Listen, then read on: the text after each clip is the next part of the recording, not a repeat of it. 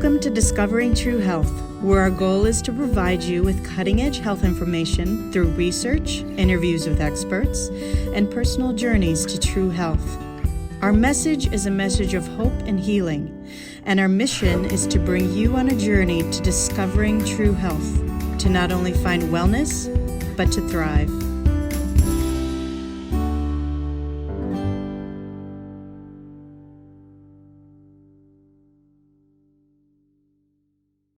Hello, everyone, and welcome to Discovering True Health, your weekly deep dive into health and wellness. Thank you for being here. If you like this video, please like and subscribe. You can also check out additional information on our website, Instagram, or Facebook. All those links are below. So in this week's show, I'll be talking about something I'm experiencing, which is post-COVID syndrome, also known as being a long hauler, where many are left with persistent symptoms or multiple symptoms that continue beyond 12 weeks after illness. Also, a percentage of these individuals are more severely affected where they are unable to return to their normal daily function. The great news is that this is now being researched and acknowledged by doctors and medical organizations who are doing some really great work finding testing, treatments, and therapies that are successful, and we will get into that a bit later. Now, for those of us who are first to experience long hauler symptoms, we had a really frustrating period of time where it was not acknowledged as a real thing, and a lot of us went from doctor to doctor and told many times it's in your head, or they really couldn't find anything wrong with us. So in those early days, long haulers set up support groups on social media, which I joined one myself on Facebook early on. And they really helped all of us so much, just sharing information, comparing symptoms, and just really feeling like none of us were alone in this. Then some of these groups started running their own research projects, doing surveys, compiling information, and reaching out to other organizations.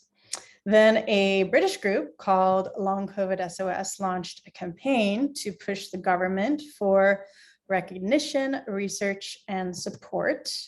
And with all this effort, it actually started to pay off and have an effect. So journalists started writing stories about it, doctors started taking it seriously, researchers started developing treatments and rehabilitation programs. And then recently in the US, Representative Jamie Raskin of Maryland introduced a bill that would allow the National Institutes of Health to fund and coordinate more research into chronic illness that follow viral infections. So we are so grateful that this is no longer deemed a conspiracy or not a real thing. It's now being medically acknowledged. So they're still studying and researching who's actually prone to post-COVID syndrome and what treatments will work, but there's now lots of growing data and literature on the topic. So what types of symptoms are long haulers getting? So first I'll give you a generalized list, and then I'll talk briefly about my own.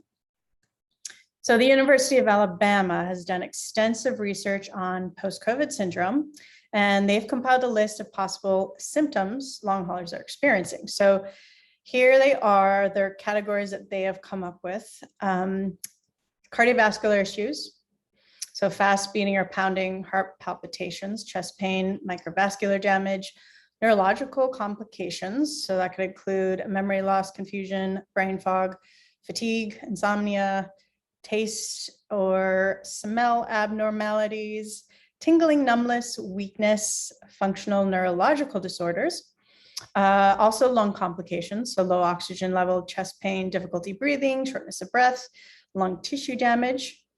And then gut issues, GI symptoms, hair loss and hives, stress, joint or muscle pain, depression, anxiety, fever, and symptoms that get worse after physical or mental activities, and I can relate to that. So just a brief rundown of my journey as a long hauler. I'm now 16 months in. I had major fatigue for quite a few months. I couldn't do much at all. Physical activity was really, really limited. I would be really affected if I pushed it too much. Sometimes bedridden afterwards. I still don't have my full energy level back, and I'm definitely more limited on how much I can do each day, but I have seen a really big improvement in the last few months. I'm really happy about that. I've also had decreased lung capacity. My lungs kind of leveled off around 69%. And there was a period really early this year, the end of last year, that they dropped really low, and then have since then, I'm back up in the mid 70s. So let's see, late last year, I also was getting a lot of sharp lung pains when I was breathing. I've had a lot of pain in my lower legs and feet, exercise intolerance. So when I tried to do some light workouts, I'd feel very ill for a few days, sometimes bedridden. Currently still can't do anywhere close to what I did before, but it's much better than it was.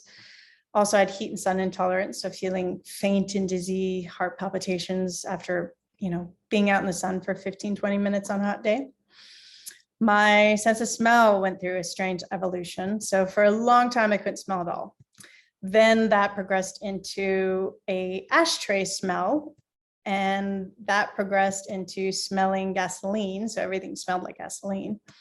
Then that faded, and I started to be able to have a sense of smell, but everything smelled completely foreign. This evolved into being able to smell certain things normally, but still certain things had a very pungent foreign smell, which is kind of where I'm at today. So yeah, that's not come back to normal yet either. My immune system also is not back to normal. For quite a while, I would get histamine responses. Some evenings, my throat started swelling. It still happens, but not as frequently. And I do wake up some days feeling ill or weak, just kind of out of the blue. I've also had a lot of difficulty sleeping or falling asleep, staying asleep, sleeping deeply. I also went through a period of panic anxiety attacks and have some PTSD. And that was a really difficult one for me because I've always been very in control of my mind and emotions.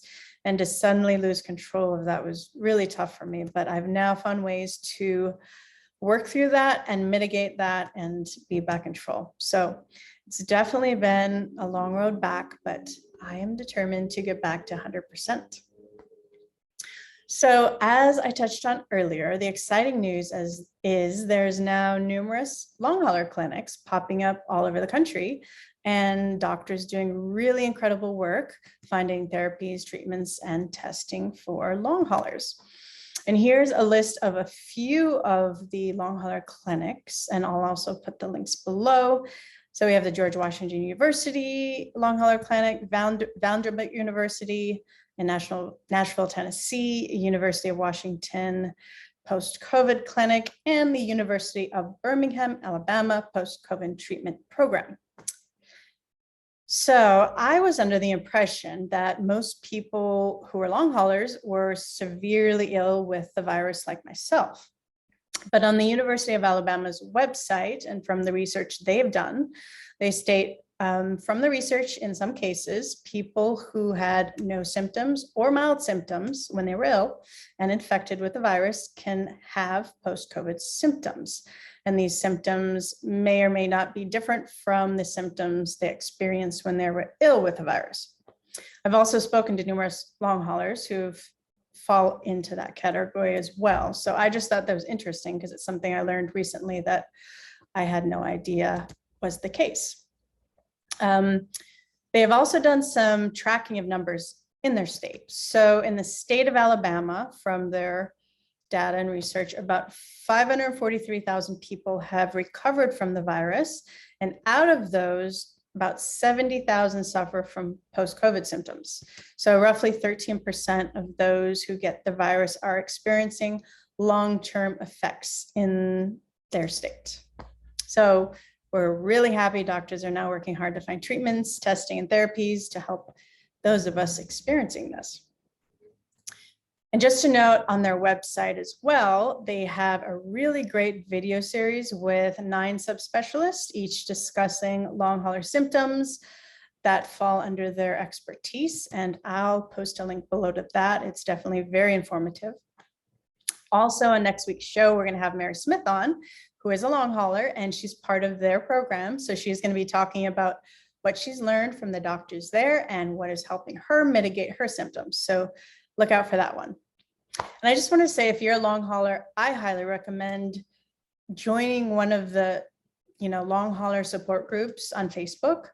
The one I'm part of has over 13,000 members, and it's just really helpful in so many ways, learning from each other and sharing. And it really, helps you understand a lot and really feel like you're not alone. So also what you could do is reach out to a long hauler clinic near you and get tested and treated by the doctors who are now blazing the trail in this new health arena. So the message here is you're not alone. It's not abnormal to have persistent symptoms, which a lot of times are a spectrum of symptoms, and knowledge is power. The more you understand your body and the effects of the virus, the better you're able to stay healthy and prevent disease progression. So just a reminder, I'm not your doctor. Don't take this as medical advice. If you have specific questions about your specific case, your healthcare, feel free to reach out to your practitioner or a long hauler specialist. Also, if you have questions, have a health journey you'd like to share, or a topic you would love to learn more about, you can contact us on our Instagram or Facebook. We check those regularly. We'd love to hear from you. All those links are below. And if you like this video, please like and share it with others. This information could really help someone you may know. And stay tuned for the next episode of Discovering True Health.